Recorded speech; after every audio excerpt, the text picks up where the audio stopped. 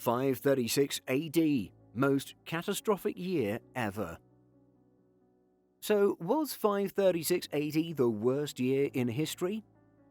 Many scholars and historians from different eras have always debated about which year has been the worst for humankind, and many have pointed their fingers at AD 536, not only due to the huge number of deaths, but also mainly because of the many events which took place that led to a scarily high death count as well as terrible living conditions for most humans.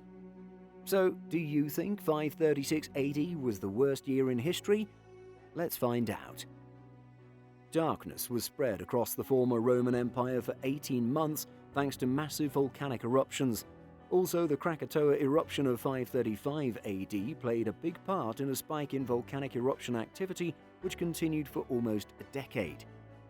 Some scholars even believe a comet struck the Earth, causing the 536 AD dust cloud. Whatever the exact cause, a fog blanketed Eurasia for over a year. Sadly, the temperatures dropped, causing crop failures and massive famines. From research, it said that AD 536 was the coldest year in the past 2,300 years, which made the winter season a survival season for so many cultures. Scholars have also noted that they saw heavy snow in China during the peak period of summer, and besides the Chinese culture not being very prone to extreme cold weather conditions, the main problem was that so many crops were killed because of the harsh climate, resulting in a famine. Also, this did not only happen in China, but in many other parts where snow never settled.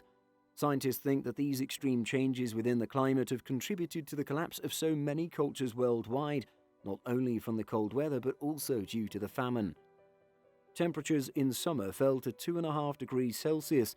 Due to this, the weather initiated the coldest decade in the past 2,300 years. Snow fell in China, crops failed worldwide, and people starved to death. Falling temperatures meant awful things for farming and agriculture. There was a massive strain on food resources. Major parts of northern and central Europe were in almost total darkness. During this year, the multiple volcanic eruptions in the northern hemisphere of the globe impacted agriculture and human well-being. Moreover, besides not having much natural heat, agriculture once again suffered massively due to the lack of sunlight, which was essential to the growth of plants. Moreover, this darkness lasted 18 months, so most of the year 356 AD lived in obscurity. Just imagine not being able to differentiate between night and day, as it was always dark whilst starving to death and freezing cold. During the dark years after 536, temperatures plummeted, crops perished in the fields and famine quickly followed, and crops in the field expired at an unseasonable time. Also, the volcanic eruptions put more aerosols into the atmosphere than the devastating eruption of Tambora in the year 1815, which led to a year without summer. Even though the numerous volcanic eruptions can be considered a triggering factor for the eerie climate change, these eruptions mainly happened in the globe's northern hemisphere, therefore not explaining the weird climate which also happened in the other half of the world. In the 7th century, Europe's economy began to recover from the upheaval of the 6th century. Long-distance trade increased, Europe's port towns grew, and economic production became more specialized. The increase in economic activity also lines up with a shift from gold to silver coins. Europe saw an influx of new silver in the mid-7th century thanks to increased demand and more mining. Ice core samples show a spike in lead pollution in 640 and again in 660. What caused the increased pollution in the pre-industrial era? Silver smelting. In China, in the year 536 to 538 AD, famine felled 80% of the population. During this significant crisis, quarreling states made a recovery even more difficult. But in 581, the Sui dynasty united China. Though the Sui dynasty lasted only 2 emperors and it ended in 618, its centralized government and law reforms set China down a stable path for several centuries.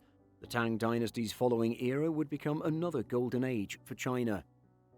Furthermore, the bubonic plague from 540 AD, which is called the Plague of Justinian, started in 541 AD and lasted until 549 AD. The same pandemic was caused by a bacteria which was known as Yersinia pestis, which was not only mainly transmitted from person to person, but it was also transferred by rats. Moreover, this pandemic apparently started in Egypt and was shipped to the Byzantine Empire in the monthly grain transports. The pandemic received its nickname as it started spreading through the Byzantine Empire, which was ruled at the time by the ruler Justinian I, and in less than a year the pandemic got spread worldwide, covering most of Europe, Asia, North Africa and the Far East. Many scientists estimate that almost 50% of the world's population was wiped out in the 9 years the pandemic took place. It's said that the year or period of 536 to 549 AD were the worst years in history because of the pandemic, along with other events which created a worldwide famine, which would have resulted in the death of over half of the world's population, which is pretty devastating and something that would have seemed like an apocalypse today. You'd think that with so many terrible events that resulted in a high death rate, the world would stop fighting for once. But no, scholars note different wars occurring over the European and African continents.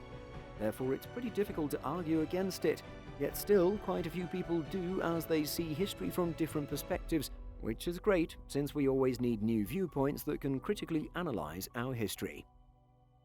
Well guys, that's all we have for you today. Did you know that the year 536 AD was the worst year in the history of humankind? Get involved and let us know in the comments section down below what you think about today's video. If you liked this video and found it informative, be sure to give this video a big thumbs up. Also, if you don't want to miss out on any new future videos like these, then be sure to click on the subscribe button and turn on the notifications under this video so you're notified the next time we upload a new video. Thanks for watching guys, we'll see you in the next video.